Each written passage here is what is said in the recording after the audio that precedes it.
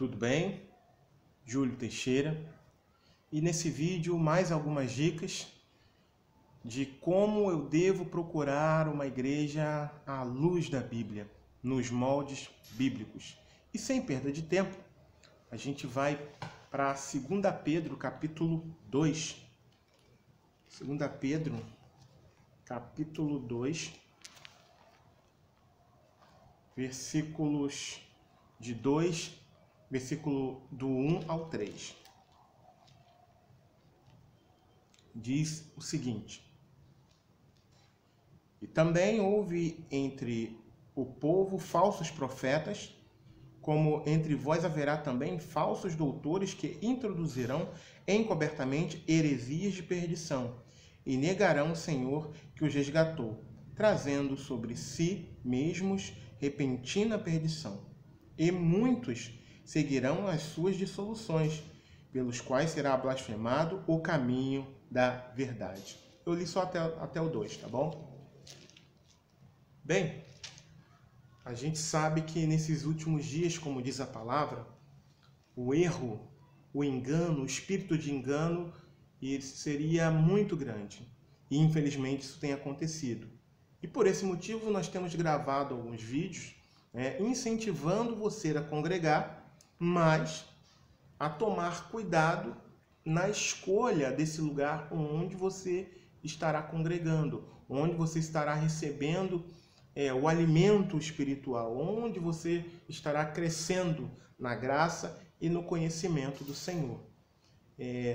E no vídeo anterior eu dei algumas dicas, talvez até polêmicas para alguns, e hoje eu quero continuar dando algumas dicas que eu deixei de dar no vídeo anterior, até por conta do tempo, tá? Então, sem mais demora, a gente observa aqui em 2 Pedro que Pedro, falando aqui, ele diz que houve falsos profetas, e eles introduziram encobertamente heresias. O que são heresias? É todo o ensinamento que vai contra a palavra de Deus. E não apenas erros, mas heresias de perdição, como diz aqui. E no versículo 2 diz que muitos, olha que coisa grave, gravíssima, muitos seguiriam as suas dissoluções, e isso faria com que o caminho da verdade fosse blasfemado. Então, para que você não seja vítima ou não seja participante desse erro, porque isso trará consequência para essas pessoas no dia do julgamento para com Deus, é que eu estou dando essas dicas para você. Porque você não deve ficar sem congregar. Esse é o meu conselho para você. Há um grande risco, e o congregar é bíblico.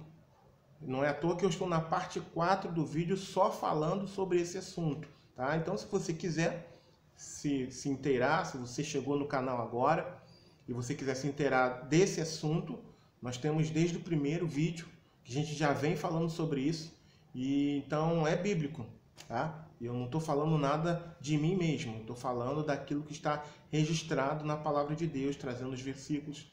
Então, aproveite a oportunidade e dê uma vasculhada nos vídeos, pegue a sua Bíblia, leia a sua Bíblia, leia o texto, leia contexto, tá bom? Para que você possa ver as referências e acompanhar juntamente conosco, ok? Então, existe uma ferramenta muito utilizada por esses homens, por essas pessoas que introduziram heresias de perdição dentro daquilo que supostamente se chama igreja, que é o sofisma. E o que significa isso, sofisma? O sofisma é um argumento ardiloso, maldoso, que aparentemente é certo, é uma informação, é algo correto, mas o seu fim é induzir aqueles que estão ouvindo ao erro. Quer ver uma coisa? Gálatas, capítulo 5, versículo 9, diz o seguinte: um pouco de fermento leveda toda a massa. Paulo diz isso escrevendo ao Gálatas, capítulo 5, versículo 9. O sofisma é exatamente isso. Eles colocam a maior parte a verdade e uma pitada de mentira. E o que acontece? Essa pitada de mentira é o fermento e a massa é a palavra. Simboliza, melhor dizendo, a palavra. Então, o que vai acontecer quando misturado? Essa massa vai fermentar. E isso vai invalidar a pureza dessa massa. Ela vai ser alterada por causa desse fermento. Ela vai ser transformada. E é por isso que essa ferramenta, o sofisma, não está relacionado como algo favorável ao cristianismo, ao povo de Deus. E para que você esteja seguro quanto a esse tipo de ferramenta, é importante que você conheça a palavra de Deus. É importante que você leia a palavra de Deus, é importante que você conheça a palavra de Deus, é importante que você congregue, porque tem muita gente usando o sofisma na internet. Para quê? Para iludir você, para enganar você. Sobre a vida dessas pessoas atua o espírito de engano. Infelizmente, isso acontece. Então eles vão falando coisas que aparentemente fazem sentido, que aparentemente são verdade, ou até tem muita verdade, mas nessa muita verdade tem uma pitada de mentira. E isso acaba desvirtuando toda a verdade. É isso que a Bíblia ensina.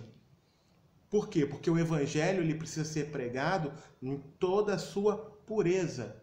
Não há necessidade de nenhum acréscimo humano. O que é necessário para que se pregue o Evangelho é a atuação do Espírito Santo, mais nada. Mais uma vez eu me reporto à igreja de Atos dos Apóstolos.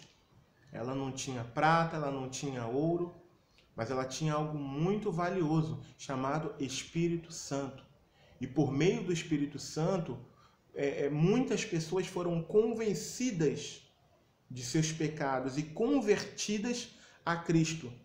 Não pela persuasão humana, até porque os homens, principalmente Pedro, né, que foi um dos precursores ali na pregação do Evangelho na igreja apostólica, Pedro não tinha tanta instrução assim. Então, ali nós podemos ver um milagre acontecendo, um homem indouto, um homem com pouquíssimo estudo, um homem rude na sua forma de se expressar, quando abre a boca ali na igreja apostólica em Atos dos Apóstolos, ele ganha milhares e milhares de almas a Cristo, né? Eu não digo, quando eu digo ele ganha, eu não digo por ele mesmo, mas ele foi usado literalmente pelo Espírito Santo. O Espírito Santo usou a boca de Pedro para pregar aqueles homens que se compungiram, que se converteram a Cristo, que sentiram a sua culpa. E quem fez isso? Foi Pedro? Não, foi o Espírito Santo. E ali, naquela igreja, não houve nenhuma necessidade de se estabelecer nenhuma dessas ferramentas das quais a gente tem falado, né? Eles só precisavam ser cheios do Espírito Santo e eram cheios. Pedro, Paulo, Tiago e tantos outros, né? Ou melhor, Filipe e tantos outros. Então, tomem cuidado com o sofisma. Se você detectar isso em algum lugar, se você sabe, não entre nesse lugar, não vá para esse lugar, porque o intuito deles é o engano, é o erro, tirar algum tipo de proveito da sua vida, de você. A segunda coisa que tem acontecido, que eu quero aconselhar você, esse ano é um ano de eleição. E infelizmente eu falo isso com muito pesar, existem muitos homens com títulos de pastores, eu não vou chamar de pastores, né? Genuinamente à luz da Bíblia, que se adentraram, se embrenharam por esse lado, pelo lado da política. Júlio, é errado um cristão ser político? Eu, particularmente, não vejo problema. Mas eu vejo problema quando um pastor que deveria estar tomando conta das ovelhas, que deveria estar preocupado em apacentar as ovelhas de Cristo, ele se aproveita dessa posição que ele tem e por conta disso se torna um político. Eu vejo algo muito grave nisso, né? E infelizmente isso tem acontecido de uma forma muito grande. Só para que vocês tenham ideia, existem pastores, né?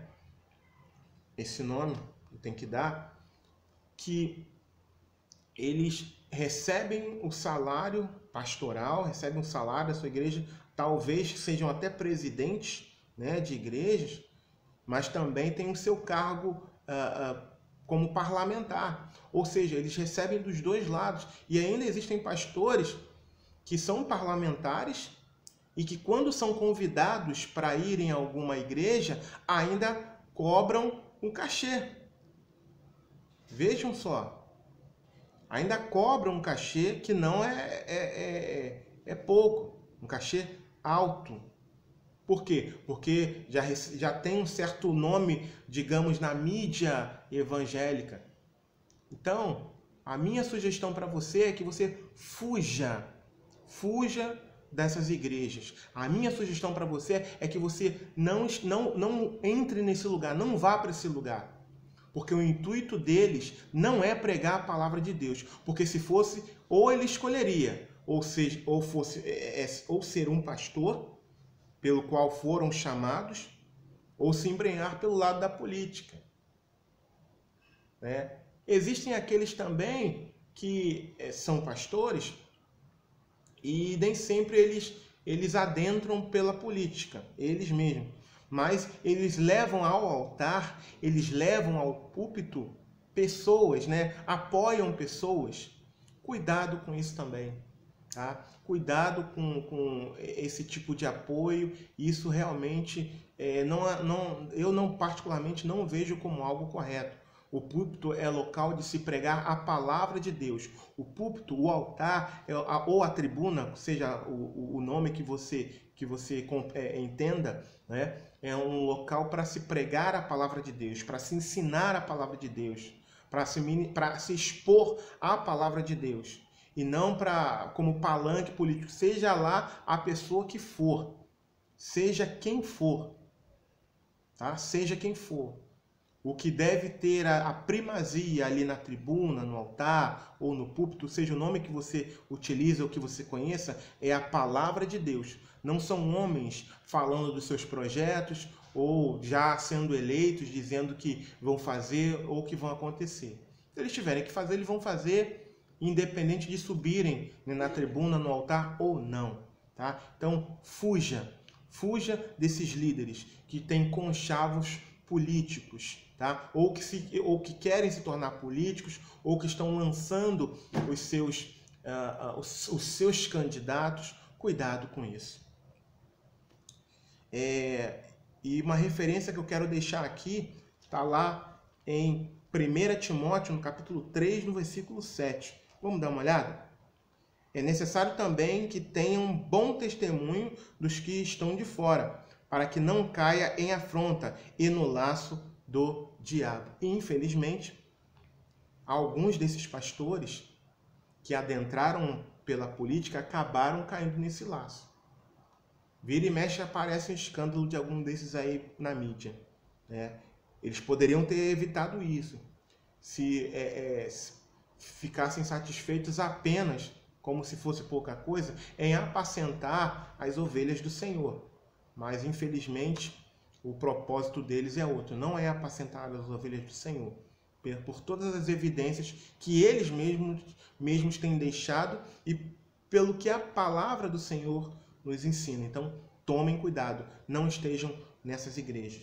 Uma outra coisa também, o terceiro ponto, são igrejas que têm como costume observar festas e utilizar objetos judaicos. Cuidado, muito cuidado, isso é pecado. A Bíblia classifica isso como pecado. Se você tiver dúvida do que eu estou dizendo, por favor, leia toda a carta de Paulo escrita aos irmãos da Galácia. Leia todo o livro de Gálatas. O livro de Gálatas combate veementemente essa doutrina judaizante no meio dos cristãos gentios, tá? Então, os gentios, quem eram os gentios? Quem são os gentios? Gentios são os cristãos que não têm origem judaica. E Paulo, escrevendo a sua carta aos Gálatas, ele refutou, né, esse modismo que estava entrando dentro dessa igreja, né? Então, nós não precisamos de nenhuma festa, de observar nenhuma festa judaica, nós não precisamos de nenhum elemento judaico dentro da igreja, não precisamos. Nós não precisamos das vestes sacerdotais, como existem no meio deles lá, dos judeus. Nós não precisamos comemorar, celebrar as festas, porque se fosse necessário, estaria registrado no livro de Atos, por exemplo. E Paulo, depois de Atos, na Bíblia, claro, falando, ele mesmo traria essas orientações para a gente. O próprio Jesus traria essas orientações para a gente. Mas não há, tá? Não há essas orientações. Outra coisa também outros elementos que existem shofar, que é uma trombeta, vamos dizer assim, em forma de chifre de carneiro, se não me falha a memória, e fica soprando ali, o povo entra em êxtase, em algumas vezes. Nós não precisamos disso. Não precisamos. Então, não vá num lugar que observem essas coisas. Não esteja num lugar. Arca da Aliança, muito menos, a gente não precisa disso. Tá? Menorá. O que é menorá? É o chamado castiçal, né? Eu não sei nem como explicar. Ele tem sete braços, né? E tem as lâmpadas assim em cima. É um símbolo muito utilizado no meio judaico, a menorá. E eu já vi igrejas brasileiras, tá? Com essa gama, esse monte de simbologia no qual a gente não precisa. E na carta aos Gálatas, vamos ver o que Paulo fala, Gálatas 1:9. Ele diz o seguinte: assim como já vô-lo dissemos, agora de novo também vô-lo digo, se alguém vos anunciar outro evangelho, além do que já recebestes, seja anátema. O que significa anátema? Significa seja maldito. Nós não precisamos de nada disso. Nós estamos na nova aliança, nós somos gentios, e como gentios a gente não precisa. Eu também convido a você a dar uma lidinha ali em Atos, no capítulo 15, se não me falha a memória. Atos, capítulo 15, onde alguns judeus, eles, por si mesmos, foram até as igrejas gentílicas, as igrejas de não-judeus, tá? Significa isso. E houve, Atos 15 mesmo, tá? Quero convidar você a ler ali, eu não vou ler aqui não. Então, conta que alguns judeus, né, foram lá e começaram a querer impor nessas igrejas gentílicas, foram sem a ordem da sua liderança, da igreja de Jerusalém, tá? E ali eles disseram para os gentios, né, convertidos a Cristo, que eles deveriam observar a lei de Moisés para a salvação. E depois, né, de ter um concílio, uma assembleia ali entre a liderança, Paulo e eu esqueci o nome do outro discípulo do outro apóstolo que estava com ele, eles foram a essas igrejas levarem cartas dizendo que nada disso que esses judeus haviam dito era necessário. Tá? Então depois você lê com calma, tá? É a minha sugestão, Atos capítulo 15 também. Todo o capítulo 15 você vai ler lá, eles levando a carta para esses cristãos gentios que não eram judeus, né? Para que você compreenda. E ali eles ficaram muito aliviados, muito felizes de não terem que observar toda aquela lei de Moisés, né? Como os judeus observavam, para que servissem a Cristo. Tá? Estou fazendo só um resumo do que está ali em Atos capítulo 15, então você lê depois com calma. Tá legal? Então, nós não precisamos de nenhum desses ritos judaicos no culto a Deus, tá? Nas nossas igrejas. Então, se você conhece alguma igreja, se você está pensando, minha sugestão, não vá. Não vá. Porque isso é pecado. Isso que eles estão fazendo é um grave pecado ao Senhor. E não foi à toa que Paulo escreveu uma epístola para a igreja da Galácia, tá? E reprovando essas atitudes, porque eles também, depois de terem sido, depois de estarem em Cristo, eles começaram a voltar a alguns rituais judaicos. E Paulo escreveu uma carta reprovando todas essas coisas, tá? Uma outra coisa também que tem acontecido, nem tanto nas igrejas, creio eu, tá? Mas isso tem acontecido mais na internet. Mas eu sei que tem muitos cristãos, né, que frequentam, que estão regularmente em igreja, que acompanham alguns desses estudos, e isso tem sido avassalador na mente das pessoas. O nome correto de Deus. Queridos, eu quero abrir com você aqui um texto que a gente fala muito aqui na igreja, não aqui, né, que é a minha casa, mas lá na igreja, e que resume um pouquinho de como a gente se converte, de como é a nossa entrada no reino de Deus.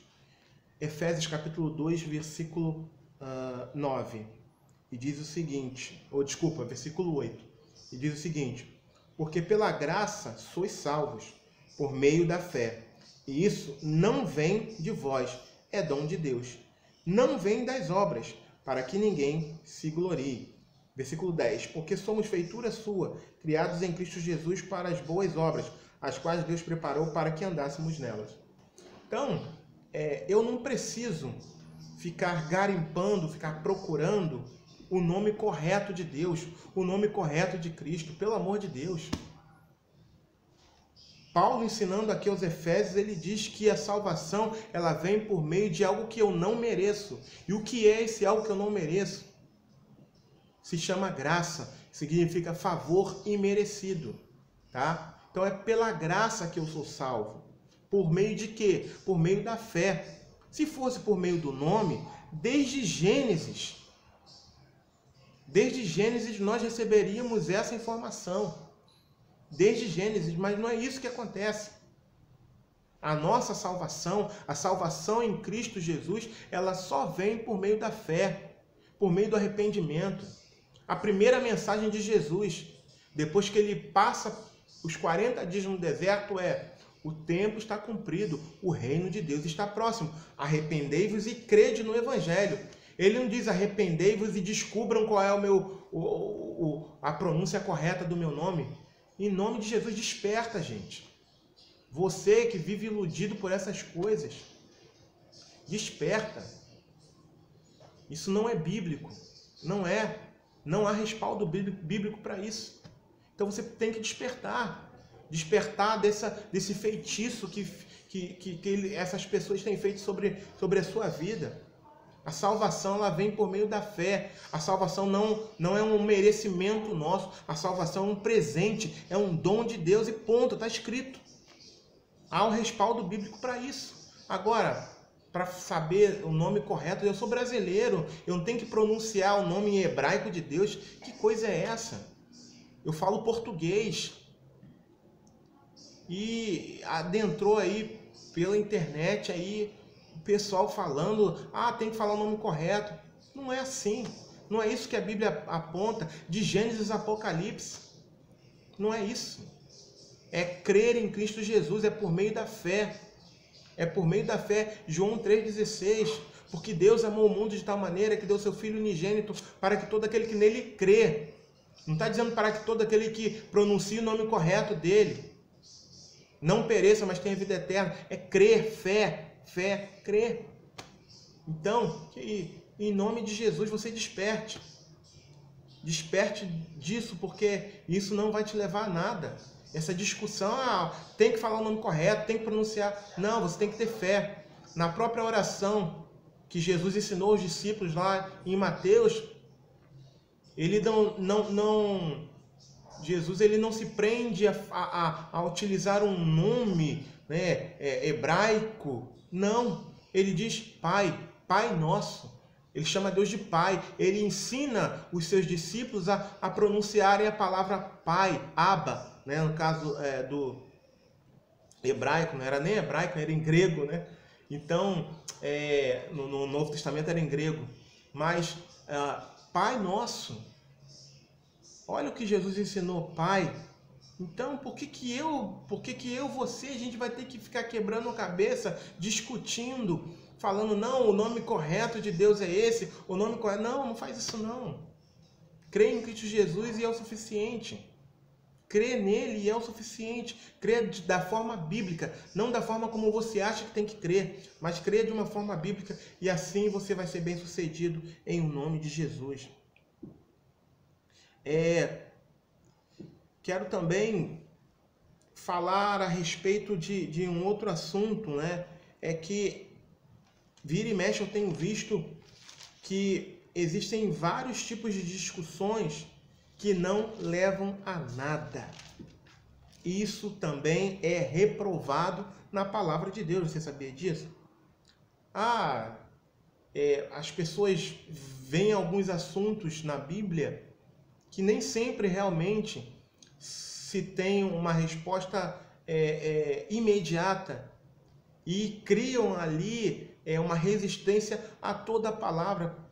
Poxa, não faz isso não. A minha maior preocupação é crer, é saber que Cristo ressuscitou ao terceiro dia e que essa ressurreição, ele morreu por minha causa, por causa dos meus pecados e que ele foi para a cruz por causa dos meus pecados, morreu, mas que ao terceiro dia ele ressuscitou. Essa é a minha certeza. Agora, vai lá no Antigo Testamento e começa a trazer questões loucas, duvidosas. Sinceramente, não faça isso. Mas procure conhecer a Cristo, procure conhecer os ensinos de Cristo, que trazem crescimento para nós. Nem tudo a gente vai ter resposta. Nem tudo. Mas que Cristo é o verdadeiro Senhor, e isso está muito claro na palavra de Deus. Tito, capítulo 3, versículo 9, diz o seguinte. Tito 3, 9.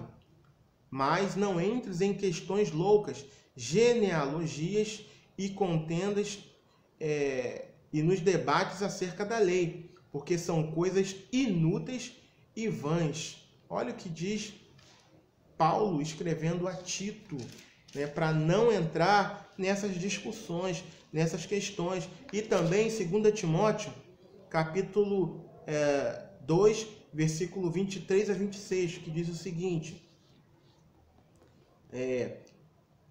e rejeita as questões loucas e sem instrução, sabendo que produzem contendas.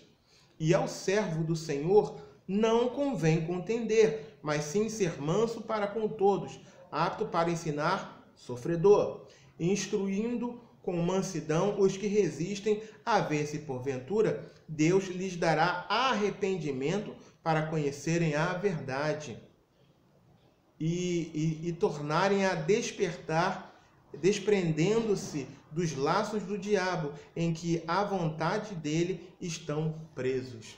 Então, quando há essas discussões que, ao meu ver, acabam se tornando inúteis, as pessoas que se envolvem em discussões, né, acabam presas aos laços do inimigo. E para finalizar, talvez você esteja numa igreja onde se observam o que foi falado nesse vídeo ou no vídeo anterior. Então eu tenho dois conselhos para você. Existem duas situações. A primeira situação muitas das vezes o pastor daquela igreja ou o líder daquela igreja, ele cresceu aprendendo errado, mas ele é uma pessoa sincera. Se ele for uma pessoa sincera, você vai ver, né? Claro. Se você vai chegar para ele, você está instruído na palavra, você chega para ele e conversa, poxa, pastor, isso é certo, isso está correto, isso é bíblico, isso tem respaldo bíblico. Né? Se ele for uma pessoa sincera realmente, ele vai rever essas coisas, vai se arrepender e vai deixar de fazer. Agora, se for uma pessoa arrogante, se for uma pessoa que aprendeu daquele jeito e vai morrer daquele jeito,